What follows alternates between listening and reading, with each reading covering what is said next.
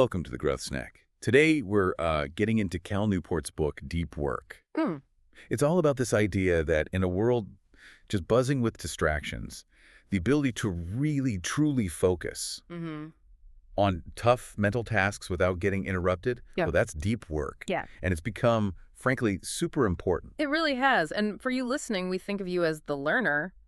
Getting good at this isn't just, about getting more done. Right. It's about really grasping complex stuff, having those proper aha moments, and becoming genuinely well-informed without feeling totally swamped. It's kind of your shortcut to clarity. Yeah, a shortcut. I like that. Right. So in this deep dive into the book, we'll explore why deep work is so valuable now, and then kind of the paradox, why it's getting harder and harder to find time for it. Uh-huh. And after that, we'll touch on some interesting bits about, like, the brain science and even the philosophy behind why going deep feels so, well, rewarding. Okay, let's start with the value prop. The book argues, pretty convincingly, I think, that the economy today increasingly pays for deep work skills. Makes sense? Think about it as AI and machines handle routine stuff, the human skills that work with them, like complex thinking, creativity, those become way more valuable. The book gives that great example of Nate Silver. Started as a baseball stats nerd, right? Yeah, exactly.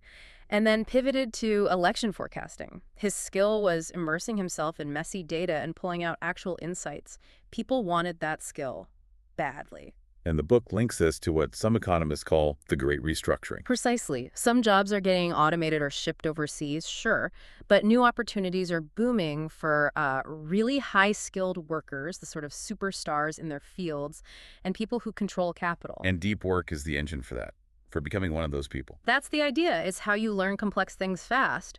The book uses this metaphor of the mind as a lens, focusing your attention. Oh, yeah, I remember that. And there's even a bit of brain science mentioned, right? Something about myelin. Uh-huh, briefly. It touches on how intense focus helps build up myelin, which basically insulates your nerve fibers. It, speeds up the connections for the skills you're practicing. Pretty cool, actually. It is cool. And it's not just theory. The story of Jason Ben really drives it home. Oh, yeah, the finance guy turned coder. Right. He quit his job, and his method was pure deep work. He'd literally lock himself in a room with textbooks, no distractions. Total immersion. And the result? Within 6 months, he lands a much better paying tech job. He trained himself to focus for hours, ditching the constant email checking and web surfing habit. That's a fantastic illustration. And it's not just people starting out. The book mentions Adam Grant, the organizational psychologist. Right, his batching technique. Exactly. He structures his whole year around it. Maybe one semester is purely teaching, the next is all deep research blocks. It shows how valuable those uninterrupted stretches are, even at the top. Okay, so it's clearly valuable. But then the book points out this weird thing. It's becoming really rare. Yeah, that's the paradox, isn't it? If it's so good for us and the economy values it, why is it so hard to do? Well, one big culprit the book points to is the open office trend. Mm-hmm. Places like Facebook, Square, they promote it for collaboration, serendipity. Serendipity, right. But the book argues pretty strongly that these environments are often terrible for concentration. Totally. Constant noise, easy interruptions. Yeah. It just shatters the focus you need for deep work. Exactly. And it's not just physical space. There's also this increasing pressure, even in fields like journalism that you'd think require deep thought, to be constantly online. Like the example of the New York Times encouraging reporters to tweet more. Precisely. It creates this expectation of being always visible, always responsive, which pulls you away from focused work. It feeds into this other concept the book discusses, which I Mhm. found really interesting, the metric black hole. Ah, yes. That's a great phrase. What does it mean exactly? Well, the idea is that it's really hard to measure the negative impact of shallow stuff, like constantly checking email. You can't easily put a number on the cost of fragmented attention. Right. So because we can't measure the downside easily. We tend to undervalue the upside of focused work, and we let the shallow stuff take over. The book mentions Tom Cochran's experiment at Atlantic Media. Where he actually calculated the cost of email. Yeah, he put a dollar figure on the time employees spent just processing email across the company. And it was significant. It showed that these seemingly small distractions add up to a huge hidden cost. It makes you think. And then there's the whole cultural thing, isn't there? This bias towards looking busy. Oh, definitely. Visible busyness, especially in knowledge work where the output isn't always, a physical thing you can point to. Right. So sending lots of emails, being in meetings. It looks like work, even if it's not deep, productive work. The book connects it back to, like, the old industrial efficiency ideas. Frederick Taylor, yeah. Measuring activity as a proxy for value.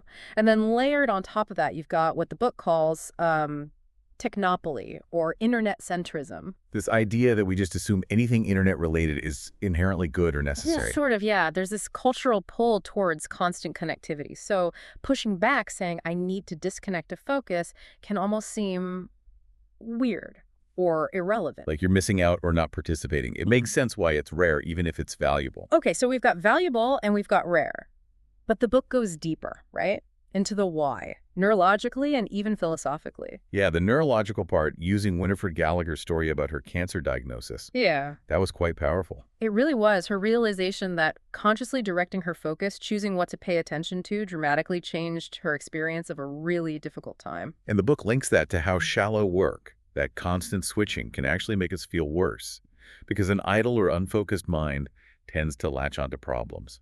Exactly. It highlights the power of attention not just for productivity, but for our actual subjective experience of life, which leads nicely into Csikszentmihalyi's idea of flow. Ah, flow state, getting lost in the work. Right. And the book basically says deep work is the perfect setup for flow. That feeling of intense engagement, losing track of time, it's inherently rewarding. Our brains actually like going deep. Doesn't matter what the subject is, necessarily. Not really. The feeling itself is the reward. And then there's the philosophical angle, which was maybe the most surprising part for me. Yeah, drawing on Dreyfus and Kelly, talking about craftsmanship. Right. Their idea that meaning isn't just something we invent for ourselves, but something we can find in the skilled engagement with the world, with a craft. Like the example of the wheelwright, who finds satisfaction not just in finishing the wheel, but in understanding the wood, the tools, the process itself. There's value in the task. So deep work isn't just about getting ahead or feeling good. It connects to this older idea of finding meaning through mastery and dedication. That's the argument. It suggests that engaging deeply with challenging work taps into something fundamental about human fulfillment, something beyond just efficiency. It gives work a kind of dignity, almost. Wow. Okay, so wrapping up this deep dive into deep work, Yeah. it's clear the ability to focus intensely is hugely valuable today. Yep, especially in our changing economy. But it's also endangered. Workplace habits, cultural pressures, they all push against it. And yet the book shows us there are strong reasons from our brains to our souls to cultivate that focus. It's tied to feeling good and maybe even finding real meaning. Couldn't agree more. So the final thought for you, our learner, is this. Think about one area, just one, in your work or maybe even your personal life. Where could applying some real, focused, uninterrupted attention? Where might that lead? What surprises might it unlock? How could you maybe build your own little bowling tower, that dedicated space for focus, even if it's just for short bursts in your day? That's a great question to sit with and definitely something to keep thinking about. On future Growth Snacks, we'll actually dig into some of the practical strategies the book offers for how to build these deep work habits. So stay tuned for that.